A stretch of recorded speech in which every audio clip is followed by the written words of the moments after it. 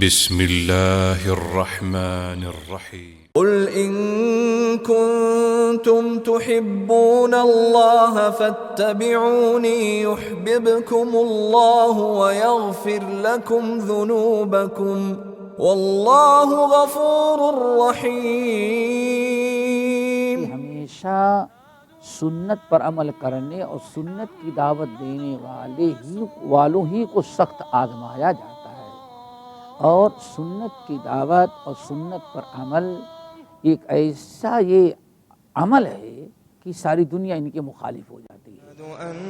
شرح السنة تأليف إمام أهل السنة والجماعة في عصره أبي محمد الحسن بن علي بن خلف البربهاري الحمد لله الذي هدانا للإسلام ومن علينا به وأخرجنا في خير أمة اعلموا أن الإسلام هو السنة والسنة هي الإسلام أشهد أن محمد رسول الله۔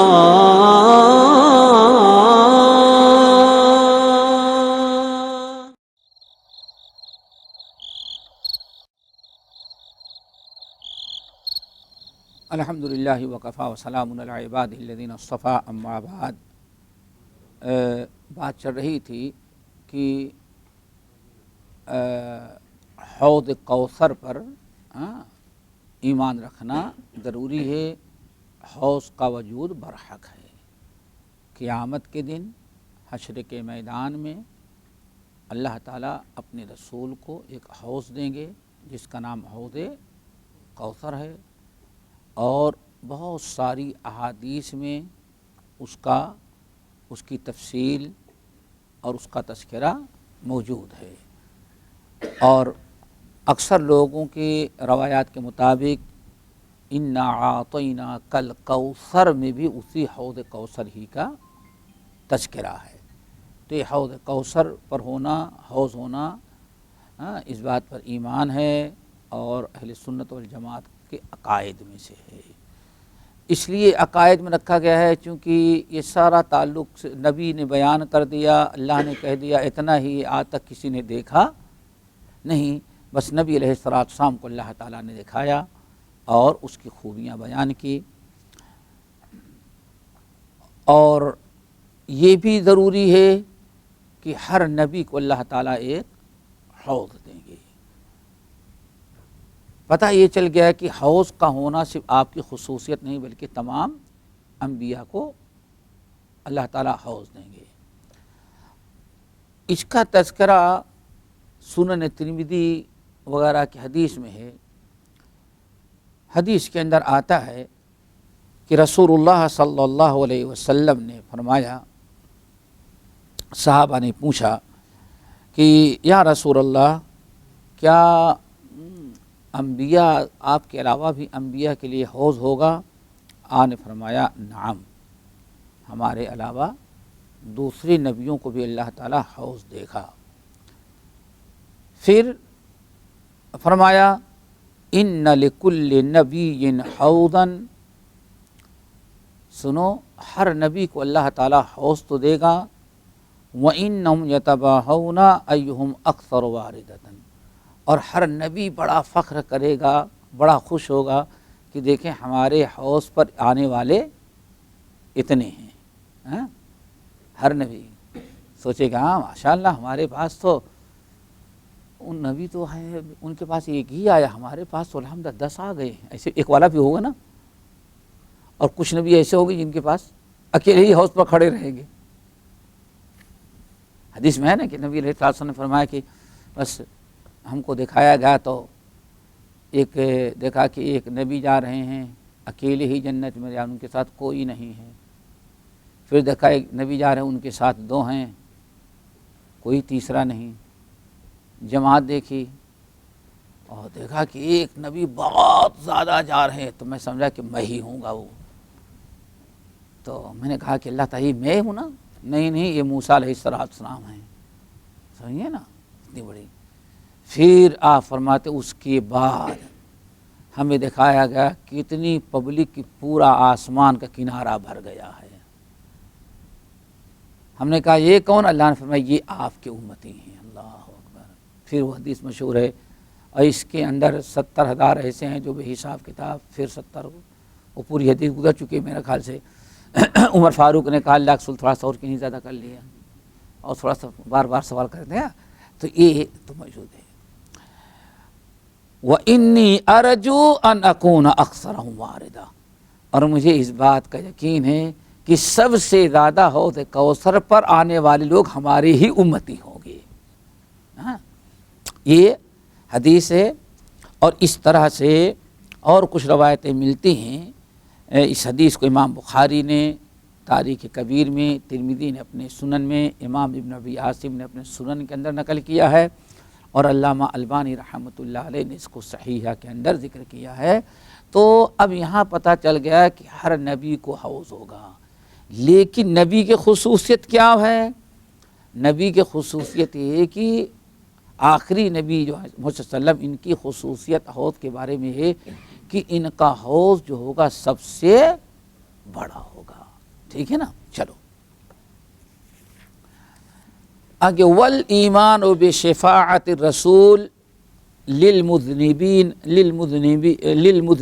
الخاطئین یوم القیامہ۔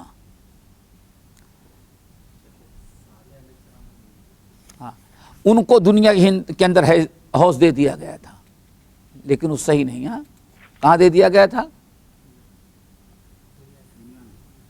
مسئلہ مشہور ہے نا کہ وہ ان کی اونٹنی لہا شرب ولکم شرب یوم معلوم، ان کا حوض وہی تھا۔ چلو، والایمان بشفاعت الرسول، اور نبی علیہ السلام گنہگاروں اور خطا کاروں کی قیامت کے دن شفاعت کریں گے، اس پر بھی ایمان ہونا چاہیے۔ اہل سنت والجماعت کا عقیدہ ہے۔ سن لینا، یہاں اس میں کوئی ایسا ہے جو کہتا ہے کہ نبی کی شفاعت نہیں ہوگی؟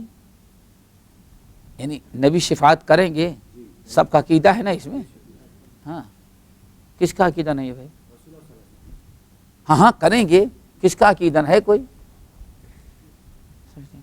ہم تو سمجھتے ہیں سب کا عقیدہ ہے، لیکن جاؤ ہری پگڑی والوں سے پوچھو، نہیں وہابی کہتے ہیں کہ نبی کے شفاعت کا انکار کرتے ہیں۔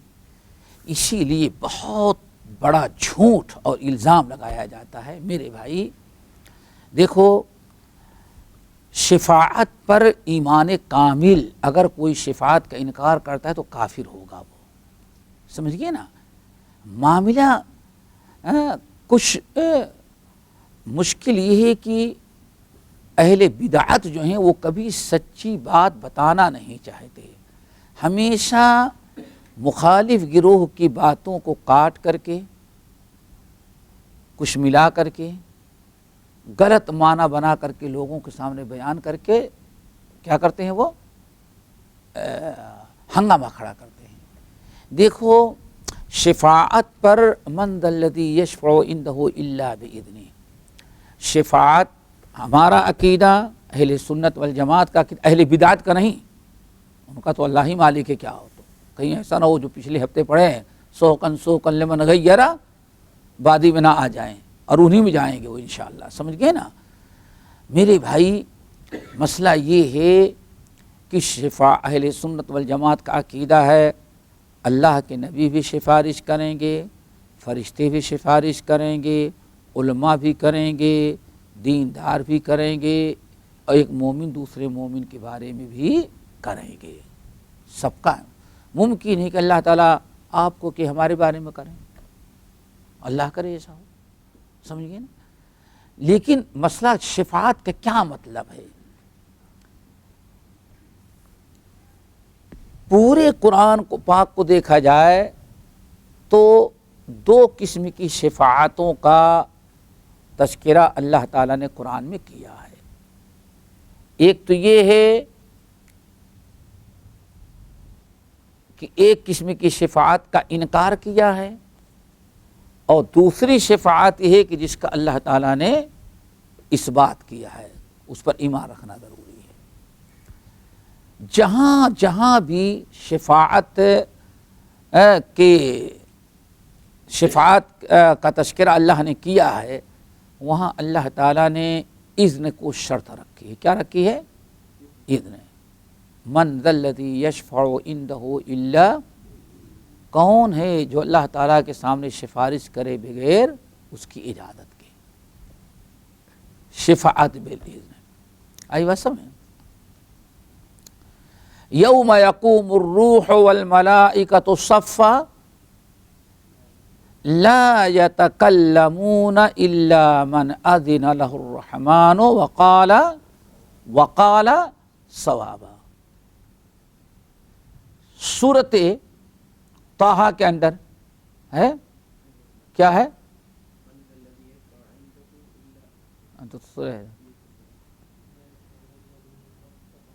الا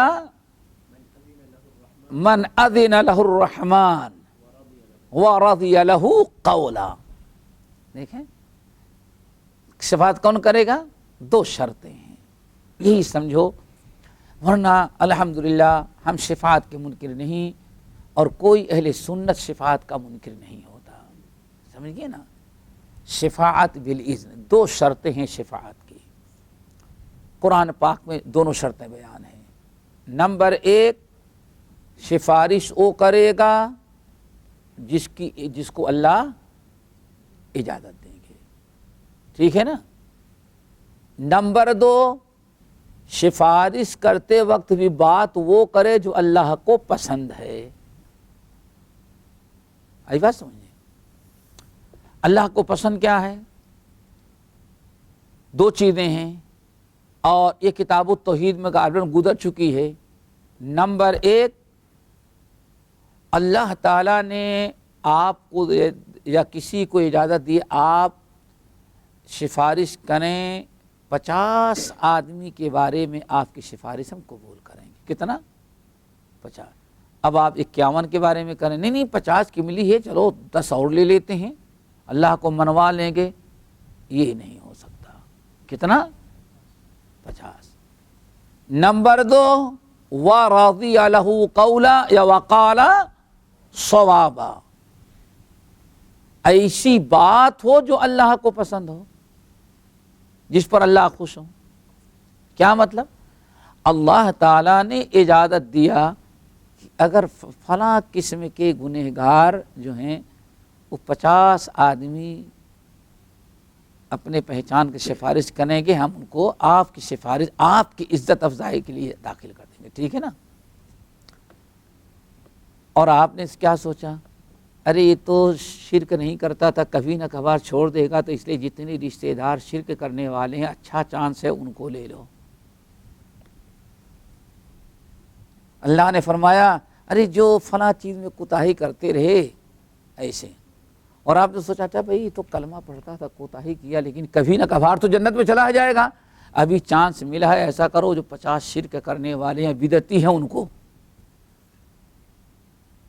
اور اللہ نے کیا فرمایا؟ ان اللہ لا یغفر ان، اللہ تعالیٰ مشرک کو تو کبھی نہیں چھوڑے گا. اور آپ نے اللہ کے خلاف ورزی کہیں ایسا نہ ہو اللہ تعالیٰ اجازت بھی چھین لے.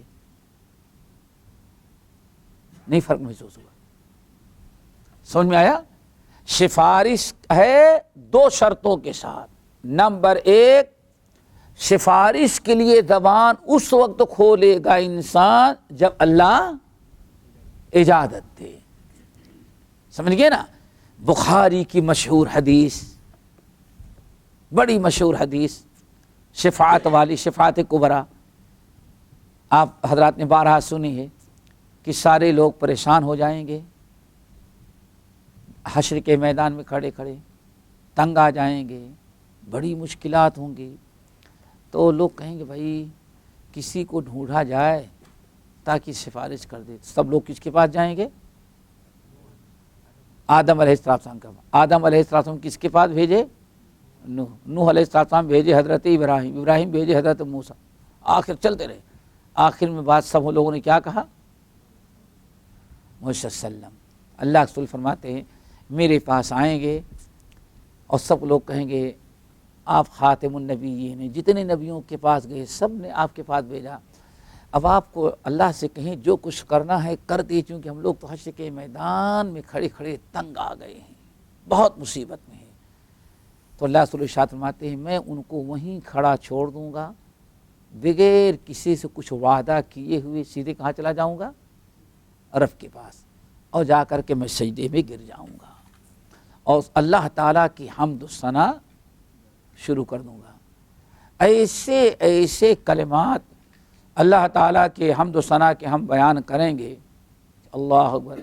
اللہ رسول فرماتے ہیں زندگی میں کبھی ایسے کلمات ہم نے نہیں استعمال کیا، اللہ تعالیٰ کلمات القا کرتا جائے گا۔ بہت دیر کے بعد اللہ تعالیٰ فرمائیں گے یا محمد صلی اللہ علیہ وسلم ارفع رأسک سل تعطا اشفع تشفع، اے محمد صلی اللہ علیہ وسلم اب آپ سر اٹھائیے، ہاں آپ سر اٹھائیے، سل تعطا، آپ مانگیے، کیا مانگ رہے ہیں آپ کو ملے گا۔ اللہ نے اجازت دیا، سوال کی اجازت دیا، سل آپ کیا مانگتے ہیں مانگے، سوال کریں آپ کو دیا جائے گا، اور کیا اشفع تشفع، آپ اگر سفارش کرنا چاہتے ہیں سفارش کریں، شفاعت کریں، آپ کی شفاعت قبول کریں گے۔ دیکھا آپ نے اجازت ملی، اللہ سے فرماتے اب میں اللہ تعالیٰ اجازت دے دیا، اب میں اللہ تعالیٰ سے سفارش کروں گا، شفاعت بالاذن، اس کو کیا کہتے ہیں؟ شفاعت بالاذن، یہ ہے میرے بھائی شفاعت بالاذن۔ اور پہلی شرط کیا ہے؟ اذن، اجازت۔ نمبر 2 من ذا الذی یشفع عنده الا باذن، یہاں ہے لا یتکلمون الا من اذن له الرحمن، اذن ہو گئی۔ اور دوسری شرط کیا ہے؟ وقال صوابا، اور سفارش بھی کرنے لگے تو بات درست کرے، ذرا ہیرا پھیری والی چکر بازی کی باتیں نہ ہو کہ مرید ہمارا ہے لے چلو، وعدہ کیا تھا نا وہاں، بڑی مشکل ہو جائے گی۔ پھر وہاں سورہ طہ والی آیت وَرَضِيَ لَهُ قَوْلًا، سفارش کرنے والا سفارش تو کر رہا ہے، اللہ اس کی بات کو پسند کرے گا تب اس کو اس کی سفارش قبول کرے گا، ورنہ رد کر دے گا۔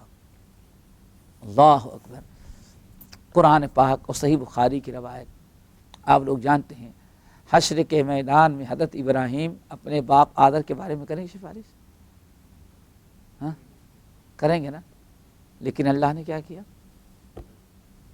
دیکھا آپ نے، اللہ اکبر، سفارش کیا اور کریں گے، صحیح بخاری کی روایت، لا یہ میرا باپ ہے، یہ میرا باپ ہے،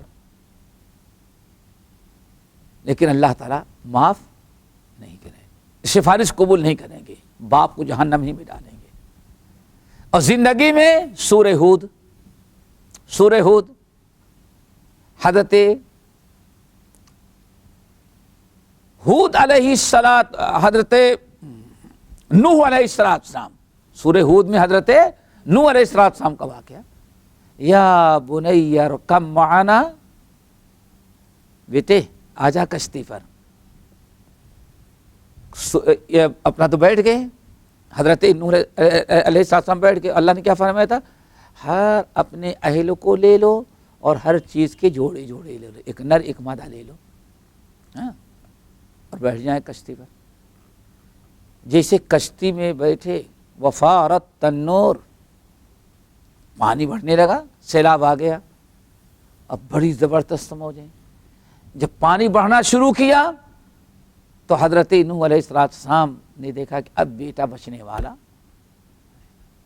لا عاصم اليوم الا من رحم، بیٹا آ جا جلدی بیٹھ جا، اللہ اکبر، یا بنی ارکب معنا ولا تکن مع الکافرین، بیٹا آ جا بیٹھ جا ہمارے ساتھ، کافروں کو ساتھ چھوڑ دے۔ بیٹا کیا کہتا ہے؟ جاؤ جاؤ، سآوی الی جبل یعصمنی، یہ اتنا اونچا پہاڑ ہے ہم اس پر چڑھ جائیں گے اور تمہاری کشتی تو کہیں ٹکرائے گی تو سارے مربے پلائیاں الگ ہو جائیں گی، ہم پہاڑ پر چڑھ جاتے ہیں۔ اللہ کیا لا عاصم اليوم من امر اللہ، آج اللہ کے عذاب سے نہیں بچ سکتا، صرف کشتی ہی میں بیٹھ سکتے ہو. بیٹے نے کوئی توجہ نہ دی. پھر اب سوچا یہ تو نہیں، لیکن اللہ تو بیٹے کو بیٹھا سکتا. کیا کہا؟ اللہ آپ نے وعدہ کیا ہے کہ آپ کے اہل کو ہمارے اہل کو بچائیں گے. بیٹا تو میرا اہل ہے، سمجھ گئے نا؟ سفارش کی ہے نا. کس نے کیا؟ نوح ہیں، نبی ہیں، پیغمبر، اور بیٹا عذاب میں گرفتار. اللہ سے کہتے ہیں اللہ میرا بیٹا، اور آپ نے وعدہ کیا ہے کہ آپ کا اہل ہے، آپ کے اہل کو بچائیں. بیٹا تو ہمارا اہل ہے، بچائیں اس کو. اللہ نے فرمایا نوح لا تسألنی ما لیس لک، آئندہ آپ اس کے بارے میں سفارش نہیں کرنا. انہ عمل غیر صالح، اس کے عمل درست. دیکھا اللہ اکبر، باپ نبی نوح علیہ السلام. اور جہنم کا عذاب بھی نہیں ہے، عذاب دنیا کا ہے. لیکن ایسی چیز کے سفارش حضرت نوح نے کیا اپنے بیٹے کے بارے میں کہ اللہ تعالیٰ کو وہ چیز پسند نہیں. انہ عمل غیر صالح لا تسألنی انی اعظک ان تکون من آئندہ ویسے کہیں پوچھنا، ایسی نادانی کی بات نہیں کرنا. ذرا سوچیں، نوح علیہ السلام کشتی پر، نگاہوں کے سامنے بیٹا آ جا، رب سے کہتے ہیں اللہ بچا لے. وحال بینہم الموج فکان من المغرقین. موج آئی اور بیٹے کو کہاں لے کے گئی نوح کو نظر ہی نہ آیا. میرے بھائی ورضی لہ قولا، دو چیز، ایک ہے اجازت اور دوسرے کیا ہے؟ اتنے ہی میں کرے اور وہی سفارش کرے جو اللہ کو پسند ہے. حضرت نوح اور حضرت ابراہیم کا واقعہ یاد رکھیں، دونوں قرآن کے اندر موجود ہے. دونوں کی سفارشیں اللہ تعالیٰ نے رد کر دی. چلو یہ کیا ہے؟ شفاعت بالاذن ہے، اور یہ شفاعت کا انکار کوئی کر نہیں سکتا. ای بات سمجھ میں؟ شفاعت بالاذن. تقویت الایمان جو سب سے پورے لوگوں کو اب یہی کہیں کہ وہ بجلی کا کڑکا تھا یا صوت ہادی عرب کی زمین جس نے ساری ہلا دی. ایک آواز ہمیں سوتی بستی، نئی ایک لگن سب کے دل میں لگا دی، ایک آواز ہمیں سوتی بستی جگا دی. کفر و شرک پھیلا ہوا تھا، ایک تقویت الایمان لکھی گئی جسے میدان میں آئی، پورا بر صغیر جو ہے وہ اٹھ کھڑا ہو. یہ کیا ہو گیا؟ ایسا دھماکہ خیز. اللہ اکبر. بلکہ شاہ صاحب نے جو مشورہ کیا کہ اس میں باتیں کچھ سخت ہیں، آپ لوگ اجازت دیں، اوکے کرتے ہیں تو میدان میں ڈالتے ہیں، ورنہ اس کو ہم جلا دیں گے. تو کچھ لوگوں نے کہا ہاں سخت تو ہے، اس کو نکال دیں. تو شاہ اسماعیل نے کہا کہ اصل میں کیا ہے، مرد جتنا بڑا ہوتا ہے دوا بھی اتنے پاور کی ہوتی ہے. شرک اتنا بیٹھا ہوا ہے کہ اگر چھوٹا ڈوز رہے تو کام نہیں، پاور والی دوا ہونی چاہیے. تو اس کے بعد سارے لوگ جتنے تھے دلی کے اور ان کے خاندان کو کہا نہیں، یہ جیسے ہے منوان ایسے ہی شائع کی جائے. سمجھ گئے؟ اس کے بعد شاہ صاحب میدان میں لائے. یہی بات شفاعت کی ہے جس کو قبر پرستوں نے، مخالفین نے ایک جملے میں کہا یہ شفاعت کا منکر ہے. اب پبلک کھول کے نہیں دیکھے گی کہ ہاں کس شفاعت کا انکار، سمجھ گئے نا؟ اور لیکن پبلک کو بھڑکانے کے لیے بھائی تو نبی کی شفاعت کا منکر. بس مدراس کے اندر اس کتاب کو جلایا گیا، آسام کے اندر جلایا گیا، راجشاہی میں لا کر کے جلایا گیا، روندا گیا، صرف اس بنا پر کہ یہ بہت بے دین انسان ہے، اس نے کیا کیا ہے؟ شفاعت کا انکار. حالانکہ شفاعت کا اس شفاعت کا کیا ہے؟ اس بات ہے. یہ شفاعت اس کا اس بات ہے، یہ شفاعت ضروری ہے. اور ایک شفاعت ہے جس کا انکار ہے. بہت سارے مقامات پر، جن میں سے ایک تو ہے کم من ملکن فی السماوات، سورہ نجم میں کیا ہے؟ لا تغنی شفاعتہم کم من ملک کتنے فرشتے ہیں ان کی بھی شفاعت ان کو فائدہ نہیں پہنچائے گی۔ فرشتوں سے بڑا کون ہوتا ہے؟ کون سی شفاعت ہے؟ جس شفاعت کو بغیر اجازت کے، سمجھ گئے نا؟ شفاعت کا مطلب یہ سمجھ لیا گیا کہ ہم کچھ بھی کریں، ان کا کام ہے اللہ تعالیٰ سے، یہ اللہ نے ان کو اتنا پاور دیا، اللہ تعالیٰ سے یہ بات ہماری منگوا لیں گے۔ یہی عقیدہ کہاں کفر تک اللہ تعالیٰ کسی کے دباؤ میں آ جائے، نعوذ باللہ۔ کتنا بڑا یہ شرک ہے۔ دباؤ مانا بظاہر تو بہت اچھی چیز ہے، لیکن اگر غور کیا تو کتنا خطرناک یہ چیز ہے۔ اسی لیے شفاعت بالاذن پر ایمان رکھنا واجب ہے، اور شفاعت بغیر اذن کا اقرار کرنا گناہ ہے۔ ایسی شفاعت کا انکار واجب۔ آگے بات سمجھیں، چلو شفاعت کا جو تذکرہ آیا ہے، کہتے ہیں کہ 6-7 قسم کی شفاعتیں، بلکہ بعض لوگوں نے تو 8 قسم کی شفاعتیں بیان کی ہیں۔ نمبر 1، مقام محمود، سمجھ گئے نا؟ وہ کون سی شفاعت ہے؟ یہ عسیٰ ربک ان یبعثک مقاما محمودا، یقیناً آپ کا رب کہاں؟ مقام محمود۔ یہ مقام محمود یہی سب سے بڑی شفاعت ہے۔ کیا ہے؟ سب سے بڑی شفاعت۔ اور یہ کون سی شفاعت؟ یہ وہی شفاعت ہے کہ جس کو بھی تفصیل سے آپ نے سنا، اللہ یہ بہت سا لوگ تنگ آ گئے ہیں، اللہ ان کو کیا کر دے؟ ان کا فیصلہ کر دے۔ جو حدیث سنا رہا تھا نا، بابا آدم کے پاس گئے، پھر حضرت ابراہیم کے پاس، پھر نوح کے بعد، پھر ابراہیم کے بعد، آخر میں مسلم۔ تو اللہ یہ شفاعت کیا تھی؟ کیا لوگ چاہتے تھے؟ کہ حشر کے میدان میں کھڑے کھڑے ہم بہت تنگ آ چکے ہیں، اللہ تعالیٰ کوئی فیصلہ کر دے۔ تو قضا، اس فیصلے کے لیے جو نبی سفارش کریں گے اسی کا نام مقام محمود، اور یہ صرف نبی کو حاصل ہے، کسی اور کو نہیں ہے۔ نمبر 2، ایک شفاعت وہ ہے کہ نبی علیہ السلام کی بعض حدیثوں کے اندر آیا کہ جنتی جنت کے سامنے کھڑے ہوں گے، دروازہ فرشتے نہیں کھولیں گے جب تک کہ اللہ کے رسول نہ پہنچ جائیں۔ اللہ کے رسول آ جائیں گے، سفارش کریں کہ بھائی سارے لوگ اکٹھا ہیں، دروازہ کھول دو۔ اللہ تعالیٰ کے حکم سے اب دروازہ وہ کھولے گا، سمجھ گے نا؟ یا اسی طرح سے جنت میں جانے والے لوگ، جنت میں جانا ہے لیکن دروازہ کھلنے میں تاخیر ہو رہی ہے، تو نبی علیہ السلام کو اللہ تعالیٰ اجازت دے گا کہ آپ سفارش کریں اور جا کر کہیں، اور جنت کا داروغہ دروازہ کھول دے گا۔ نمبر 3، ابو طالب کی شفاعت۔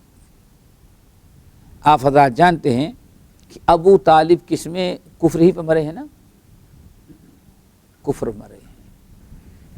تو نبی علیہ السلام نے صحیح مسلم وغیرہ کی حدیث دیکھیں، آخری دم تک اللہ رسول کیا فرماتے تھے؟ چچا کم سے کم کلمہ پڑھ لیں تاکہ مجھے شفاعت کا حق حاصل ہو جائے، پھر میں اللہ تعالیٰ سے دعا کروں گا، سفارش کروں گا، اللہ تعالیٰ چچا کو معاف کر دے، ٹھیک ہے نا؟ آخر دم تک یہی تھے نا، بالکل مرض الموت میں ہیں، چچا ابھی چاند سے کلمہ پڑھ لیں۔ لیکن ابو طالب کیا دیکھتے؟ اپنے بڑے بڑے، ان کا وزیر داخلہ بھی ہے، اپنا تو صدر تھے نا، ان کا وزیر داخلہ بھی ہے، وزیر خارجہ بھی ہے، وزیر مالیات بھی ہے، سب ہیں، سارے لوگ اکٹھا ہیں، سارے قبیلے کی، کیوں سردار مر رہا ہے۔ تو اس موقع پر جب اللہ کے رسول نے بڑا اصرار کیا، چاچا کلمہ پڑھ لیں تاکہ سفارش کا موقع مل جائے، تو ابو طالب نے کہا، اللہ کا اشعار پڑھے، آنکھوں میں آنکھ ملائے، اور بڑی حسرت بھری آہ نکالی اور کہا بیٹے محمد لقد علم تو مجھے معلوم ہے، لقد معلوم ہے کہ اس کائنات میں تمہارے دین سے سچا دین نہیں، اس پر مجھے بالکل یقین ہے۔ لقد علمت بأن دین محمد، پھر اپنے قوم سے کہا، اپنے قوم سے کہا، اللہ کے رسول کو اطمینان دلا دیا، بیٹے ہمیں اس بات کا یقین ہو گیا ہے کہ تمہارے دین سے زیادہ سچا دین نہیں ہے۔ پھر قوم جو کھڑے تھے سب، لقد علمت بأن دین محمد من خیر ادیان البریۃ دینا، سمجھے نا، لولا ملامت قوم وہدار مصبت لوجدتنی بذاک سمحا مبینا۔ اے ہمارے قوم اور برادری کے لوگوں سن لو، میں دنیا سے جا رہا ہوں لیکن یہ اعلان کر کے جاتا ہوں، لقد علمت بأن دین محمد من خیر ادیان البریۃ دینا، ہم نے 100% یقین کر لیا ہے، ہمیں معلوم پڑ گیا ہے اچھی طرح سے کہ محمد میرے بھتیجے محمد صلی اللہ علیہ وسلم کا دین جو ہے پوری دنیا کے میں سب سے اچھا دین ہے، سمجھ گئے نا۔ لولا الملامت وہدار مصبت، لیکن اگر تم لوگوں کی ملامت کا اللہ یہی آدمی آ کے دھوکہ کھا جاتا، لوگ کیا کہیں گے، اسی کے لیے بڑی دل و گردہ کی بات ہے، مان تو سب لیتا ہے لیکن لوگ کیا کہیں گے، ہاں کیا کہیں گے۔ ہمارے ایک استاد تھے، اللہ اکبر، کہنے لگے، کہتے ہیں ہم ساؤتھ انڈیا میں ایک مدرسے میں پڑھاتے تھے، تو ایک نو مسلم کا واقعہ آیا، تو نو مسلم ذرا سا یہ بھی کرنے لگا، ہاتھ بھی اوپر آ گیا، تو وہ نو مسلم لڑکا تھا، اس کی نگرانی میرے ذمے تھی، تو میں نے دیکھا تو میں نے کہا ہاں کیا بات ہے، ہمارے استاد نے بلایا، کہا کیا نہیں، ہمارے استاد کہتے ہیں، ان کا استاد بلایا کمرے میں اور خود نیچے والا ہے، ہاں کیا بات ہے، تمہارے اندر کچھ تبدیلی دیکھ رہا ہوں۔ نہیں استاد کوئی تبدیلی نہیں، نہیں کچھ ہے تبدیلی، کچھ نہیں۔ کہا جب تم آئے تھے تو رفع الیدین نہیں کرتے تھے، رکوع میں جاتے ہو جب بھی ہاتھ اٹھاتے ہو، سجدے اٹھتے ہو جب بھی، اور آج کل ہاتھ بھی تمہارا اوپر ہو گیا۔ کہا کہ استاد کس نے کہا تم کو؟ کہا کسی نے کہا۔ پھر کیسے؟ کہا کہ بلوغ المرام آپ پڑھاتے ہیں، استاد پڑھاتا ہے، تو ہم تو ہندو سے مسلمان ہوئے ہیں، اس میں جو دیکھتے ہیں جو استاد سیکھنے کے لیے آئے ہوئے ہیں، وہ نارتھ کے اس کنارے کا، ساؤتھ کے بالکل اس کنارے ہم آ گئے ہیں، سمجھ گئے، جہاں سے ہندوستان کی دنیا ہی ختم ہے، تو اب کیا کریں، ہم تو یہی آئے کہ سیکھنے کے لیے جو آپ استاد پڑھاتا ہے تو سمجھتے وہی ہمیں عمل کرنا ہے۔ ہم بلوغ المرام پڑھتے گئے اور سیکھتے گئے اور عمل کرتے گئے۔ کہا اتنا ہی کہا کہ ہاں، کہا کہ ٹھیک ہے جاؤ، اگر کوئی تم کو ٹوکے تو ہم کو بتانا، ہم اس کی خبر گیری کریں گے۔ ہمارے استاد کہتے ہیں کہ استاد کی جواب سے میں واپس لوٹ آیا اور رات بھر نیند حرام۔ کہتے ہیں پھر دوسرے دن گیا تو میں نے کہا استاد آپ کیوں نہیں کرتے؟ ہم تو طالب علم تھے، ہم سدھر گئے اور آپ کیوں نہیں کرتے؟ تو کہا بیٹے اس کا جواب کل عصر کے بعد آنا، میں تم کو دوں گا۔ استاد کہتے ہیں کہ اب 24 گھنٹے اور انتظار کرنا۔ دوسرے دن عصر کی نماز پڑھے تو استاد نے جہاں بلایا تھا وہاں گئے تو دیکھا ماشاءاللہ ایک ہمارے استاد ہیں اور 4 علماء، اور ایک آسمی، یہ مظاہری، یہ فنا۔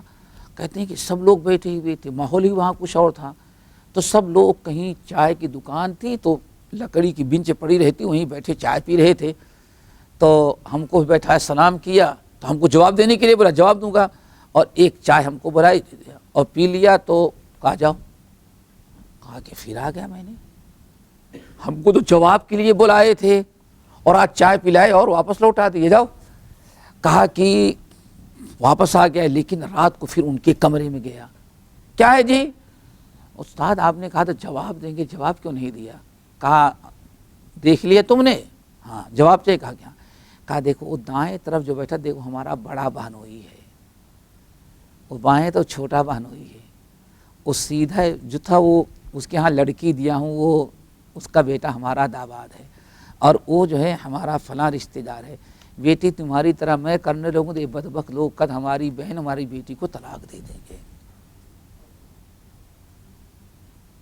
یہ ایک تو ہوتا ہے سند کے ساتھ، بلا سند بالکل ہم سے ہمارے استاد نے بتایا، کہا کہ ہمارے ساتھ ہمارا استاد فاضل دیوبند کا ہمارے استاد کا معاملہ ہے، ہمارے استاد کے استاد فاضل تو کہا یہ بیٹا یہی چیز حق سب سمجھتے ہیں، لیکن ملامت کی بات آتی ہے لوگ کیا کہیں گے۔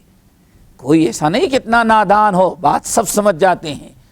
مولانا ابو محمد کتاب ایک ہے، بڑی زبردست کتاب اردو میں ہے، اور وہ ضرور پڑھیں، الارشاد الی سبیل الرشاد، الارشاد الی سبیل الرشاد فی مسئلۃ التقلید فی مسئلۃ التقلید والاجتہاد، زبردست کتاب ہے یہ، الارشاد الی سبیل الرشاد فی مسئلۃ التقلید والاجتہاد، بڑی زبردست کتاب۔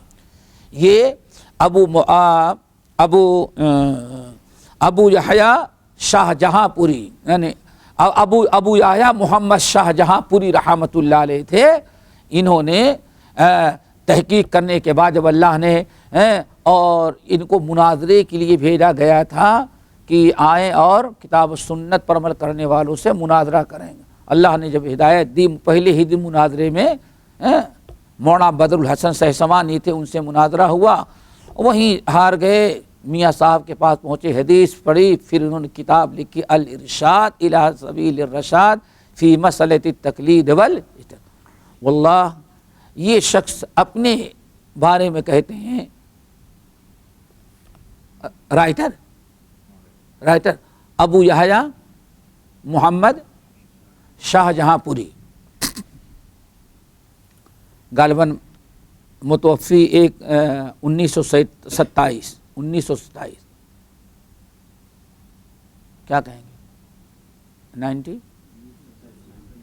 27 ہاں اللہ اللہ، انہوں نے اتنی بڑی بات کہی واللہ، ہاں میں نے تو کانفرنس میں بتایا، کہا دیکھو یہ کہتے ہیں ملامت، یہ کہتے ہیں اللہ کی قسم ہم وہاں سے نکل کر کے آئے ہیں، اس وقت یہ تقسیم کے پہلے کی بات ہے، کہتے ہیں اس وقت ہندوستان کے 50% علماء ایسے ہیں جنہوں نے اچھی طرح سے حق سمجھ لیا ہے کہ یہی ہے، لیکن بہت سارے مسائل ان کی ہیں جس کی بنا پر وہ ظاہر کرنے کے لیے اور عملی طور پر میدان میں آنے کے لیے تیار نہیں، کہ جس کو کہتے ہیں گھر کا بھیدی کیا لنکا ڈھائے، کہتے ہیں میں وہاں سے نکل کے آیا، مجھے معلوم ہے، کہتے ہیں اس وقت ہو جانے کے بعد کتاب کے باقاعدہ لکھتے ہیں، کہاں کہ اس وقت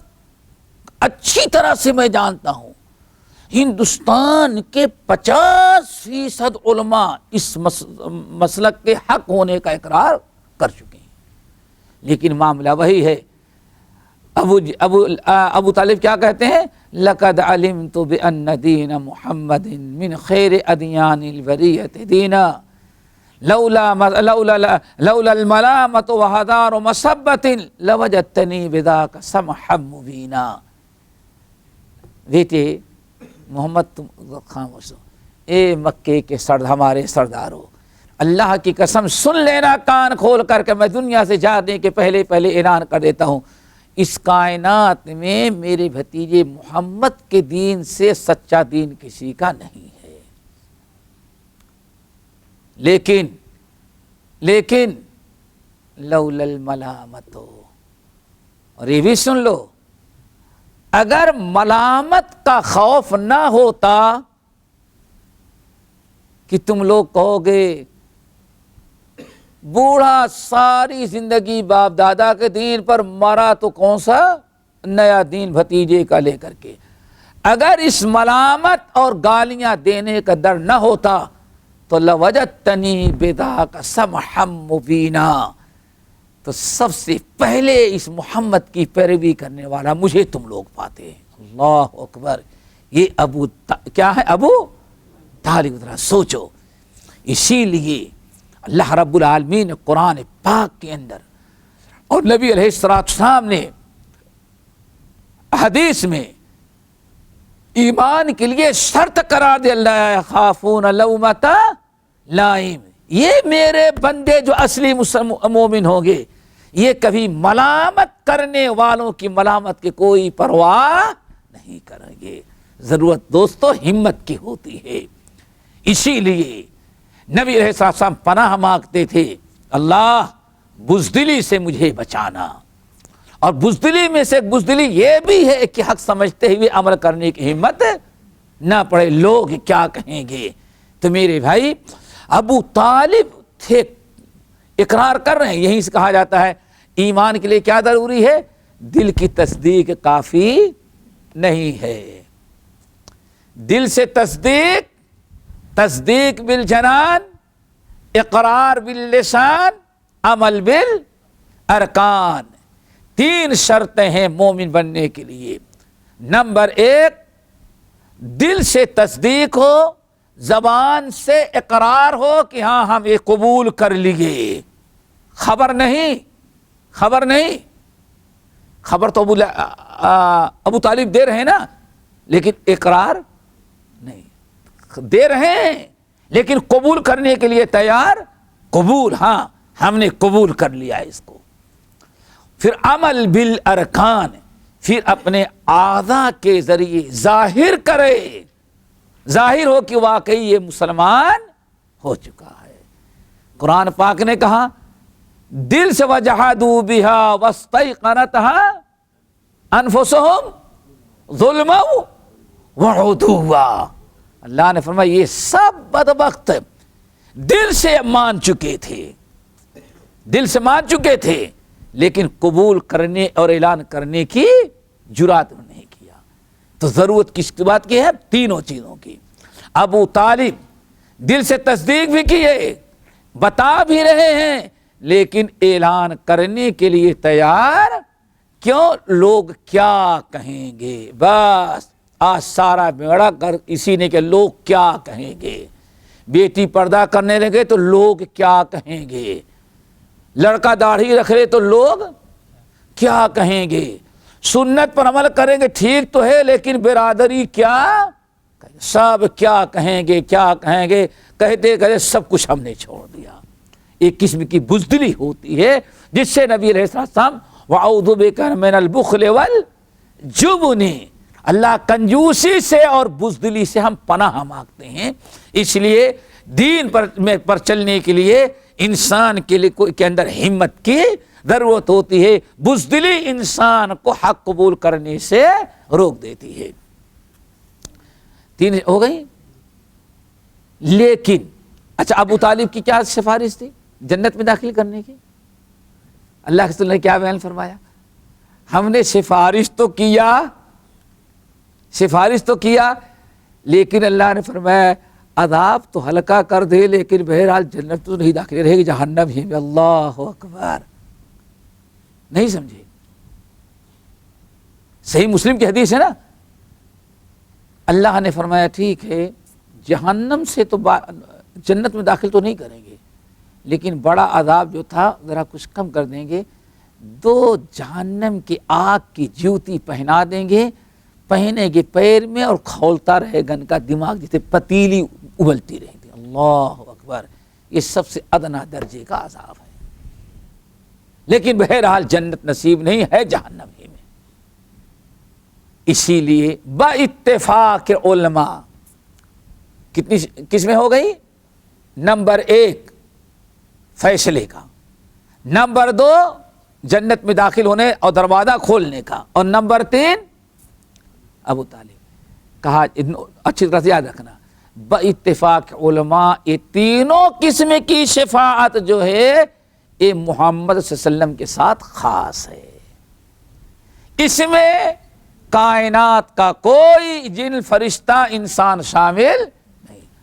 اور یہی ہے کہ اللہ کے رسول فرمایا اوتیت الشفاعۃ، آگے حدیث آئے گی اوتیت خمسا لم یعطہن احد قبلی، اللہ نے مجھ کو 5 چیزیں دی ہیں، ہم سے پہلے کسی نبی کو نہیں دی۔ ان میں کیا ہے؟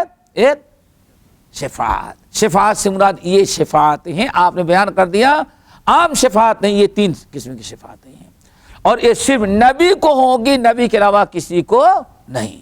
آئیں اس کے بعد نمبر 4، 3 ہو گئی نا؟ اللہ اکبر۔ نمبر 4 کیا ہے؟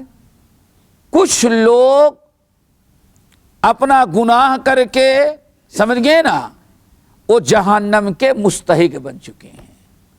کس کے مستحق ہو چکے ہیں وہ؟ اور جہنم میں چلے گئے ہیں، جہنم میں چلے گئے ہیں، جہنم میں جل بھی رہے ہیں۔ اب جہنم میں جب جل رہے ہیں تو اگر کوئی اللہ تعالی نبی کو یا کسی کو بھی اجازت دے دیں بطور عزت افزائی کے لیے، یہ کتاب التوحید میں ساری بحث گزر چکی ہے، تو ایسے موقع پر نبی یا فرشتے یا نیک صالح لوگ، اللہ تعالیٰ بیان فرماتے کہ اچھا جہنم میں یہ فلاں قسم کے جو اتنے گنہگار جلیں، ان میں سے 10 یا 5 جو آپ سے اللہ تعالیٰ جتنا آپ کو اجازت دے، اگر آپ اتنے کے حق میں انہی گنہگاروں کے حق میں سفارش کریں گے تو اللہ تعالیٰ وہاں سے نکال کر کے ان کو جہنم سے نکال کر کے جنت میں داخل کر دے گا۔ لیکن شرط وہی ہے، کیا؟ شرک سے۔ اچھا ایک چیز اور ہے، قرآن کی ایک آیت اور بتا دیتے ہیں تاکہ معلوم رہے کہ ہاں ہر آدمی، ہر کی شفاعت قابل قبول نہیں، شفاعت اسی کی جس کی 2 شرط ہیں، شفاعت بالاذن ہو ورضی لہ قولا وقال صوابہ کے تحت ہو۔ سورہ مدثر، ما سلککم فی سقر قالوا لم نک من المصلین ولم نک نطعم المسکین وکننا نخوض مع الخائضین وکننا نکذب بیوم الدین حتی اتانا الیقین۔ جنت میں اس صورت 29ویں پارے سورہ مدثر کی آیت، مدثر کی ہے نا، قیامت کے دن کچھ لوگ کہیں گے اللہ تعالیٰ دنیا میں کچھ ہمارے دوست نظر نہیں آ رہے ہیں، وہ کہاں گئے؟ دیکھنا چاہتے ہیں؟ ہاں جاؤ دیکھو۔ اور اگر اس آیت کو ملا لیا فطلع فرآہ فی سوائل جائیں، او جل رہا ہے وہاں۔ بہرحال گئے دیکھا تو جہنم میں جل رہے ہیں، تو اوپر کھڑے کیا پوچھتے ہیں؟ ما سلککم فی سقر، تمہیں جہنم میں کس گناہ نے داخل کیا؟ کیا کرتے تھے؟ ٹھیک ٹھاک تو لگ رہے تھے، اخلاق بڑے اچھے تھے، ہاں چھینک آئے تو ساری، ہاں یہی اچھے انسان کی علامت ہے نا بھائی، اچھے انسان کی علامت ہے نا، نمازی اچھا نہیں ہے، سمجھ گئے نا؟ آپ تو بڑے اچھے انسان تھے نا، پھر کیوں جہنم میں کیوں گئے؟ ہاں ما سلککم فی سقر قالوا لم نک، پہلا گناہ بے نمازی تھے۔ دیکھا آپ نے، اللہ اکبر، بے نمازی بڑا اپنے آپ کو رسول سمجھتا ہے۔ جہنمی جہنم میں سب سے پہلا جرم جس کا جہنم میں جانے کا جو بیان کر رہا ہے اپنا، کیا ہے؟ لم نک من المصلین۔ بھائی کیا پوچھتے ہو، کوتاہی ہو گئی، نمازی لم نک من المصلین ولم نک نطعم المسکین، میں کبھی مسکینوں غریبوں کا خیال بھی نہیں کیا۔ پتہ چلا حقوق العباد کا کتنا خیال رکھنا ہے، کتنا خیال رکھنا ہے۔ نماز لم نک من المصلین کے بعد دوسرا سب سے بڑا جرم کیا کہہ رہا ہے؟ اللہ نے دیا تو بہت کچھ تھا لیکن میں نے غریبوں مسکینوں محتاجوں کا کبھی خیال، ولم نک نطعم المسکین۔ اور ابرار جنت میں جانے والے وَيُطْعِمُونَ الطَّعَامَ عَلَىٰ حُبِّهِ مِسْكِينًا وَيَتِيمًا وَأَسِيرًا، یہ ہے ابرار۔ اور اشرار کون ہے جہنمی؟ وَلَمْ نَكُ نُطْعِمُ الْمِسْكِينَ۔ آگے وَكُنَّا نَخُوضُ مَعَ الْخَائِضِينَ، بیکار بحث مباحثہ جھوٹی تفسیریں کرنے کے لیے غیبت چگلی بیٹھ گئے ہیں تو اسی میں سارا ٹائم پاس ہو جاتا تھا، اور وہ بھی دینداروں پر تنقید ہونے لگے، دیکھو فلاں نمازی تھا اس کا بیٹا کتنا نالائق، ارے بس مولیوں کی اولاد ایسے ہی نہیں ہوتا ہے نا، ہاں ارے فلاں یاد داڑھی رکھا اس، ارے تم کو ایک دن سارے داڑھی والے بے ایمان ہی ہوتے ہیں، ہاں ہم ایسے بیٹھے باتیں کرتے رہے، دو غیروں پر تبصرہ کرتے رہے گے، ہمارا سارا ٹائم کہاں گیا؟ وَكُنَّا نَخُوضُ مَعَ الْخَائِضِينَ، آگے وَكُنَّا نُكَذِّبُ بِيَوْمِ الدِّينِ، قیامت کو تو مذاق کر کے اڑا دیتے تھے، اس کی تو تصدیق کرنے کی کوئی ضرورت نہیں، کہتے تھے چلو جب وقت آئے گا تو دیکھا جائے گا، حَتَّى أَتَانَا الْيَقِينُ، یہی انہی ساری چیزوں مشغول تھے، حَتَّى أَتَانَا الْيَقِينُ، یہاں تک کہ یقین یعنی موت آ گئی، ٹھیک ہے نا، موت آ گئی، جرم کا اقرار کیا، اب آگے اللہ نے کیا فرمایا؟ فما ایسے نمبری مجرم ہیں، فما تنفعہم شفاعت الشافعین، کوئی شفاعت کرنے والا ان بدبختوں کے حق میں سفارش کرے لیکن کسی کی سفارش ان کو فائدہ، پتہ چل گیا شفاعت کے لیے بھی مستحق ہونا ضروری ہے، لم نکن من المصلین ولم نکن نطعم المسکین وکنا نخوض مع الخائضین وکنا نکذب بیوم الدین حتی اتانا الیقین، اور پھر وہیں فلا صدق ولا صلی، بے نمازی اپنے آپ کو ذرا ہوشیار نہ سمجھے، سمجھ گئے نا، اور یہ پتہ نہیں کہ تم آج نماز آئندہ پڑھیں گے، کہیں ایسا نہ ہو تمہاری نماز پڑھنے ہی کا وقت دوسروں کے سامنے آ جائے، سمجھ گئے نا، تو اس لیے سفارش سے فائدہ پہنچائے گی لیکن کون؟ کس کے؟ جو شفاعت کا مستحق ہو۔ اللہ تعالیٰ عمل کی توفیق نصیب فرمائے، باقی قسمیں انشاءاللہ آئندہ۔ سبحانک اللہم و بحمدک، اشہد ان لا الہ الا انت، استغفرک و اتوب الیک۔ أشهد أن محمد رسول الله